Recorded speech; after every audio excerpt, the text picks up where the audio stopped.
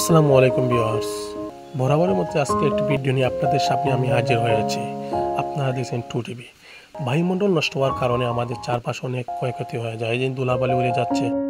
আমি পরিবেশ কর্মকর্তাদের দৃষ্টি আকর্ষণ করছি, আপনারা দেখেন, আপনাদের নজরের দৃষ্টি আকর্ষণ হোক। ধন্যবাদ।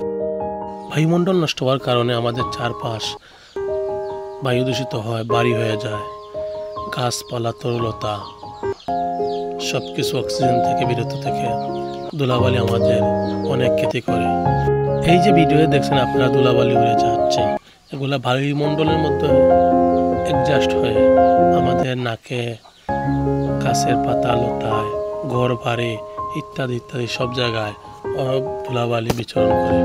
এই যে পাতার মধ্যে ধুলাবালি পড়ছে, সেই ধুলাবালি আমরা সবাই জানি গাছ আমাদের পরিবেশ ভারসাম্য বজায় রাখে, গাছ আমাদেরকে অক্সিজেন সরবরাহ করে, আমরা গাছকে বাঁচাই।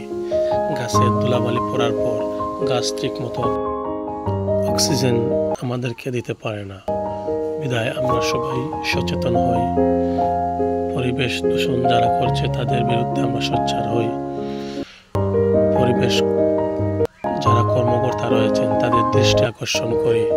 আপনারা দেখেন পরিবেশ কিভাবে নষ্ট হচ্ছে। পরিবেশ নষ্ট হওয়া মানে আমাদের জটিল রোগে ভোগা, যেমন ধুলাবালি থেকে শ্বাসকষ্ট, হাঁপানি, এক্সমা, চোখের সমস্যা, চোখে জ্বালা পোড়া ইত্যাদি ইত্যাদি। ডাক্তাররা অনেক ভালো জানেন, অনেক পরামর্শ আমাদেরকে দেন ধুলাবালি থেকে আমরা বাঁচার জন্য। ধুলাবালি বাতাসে বায়ুমণ্ডলের সাথে মিশে আমাদের বালির কণাগুলা নাকের মধ্যে ঢুকে আমাদের পুষতে চলে যায়। আজকে এই পর্যন্ত বিদায় নিলাম। খোদা হাফিজ, আসসালামু আলাইকুম।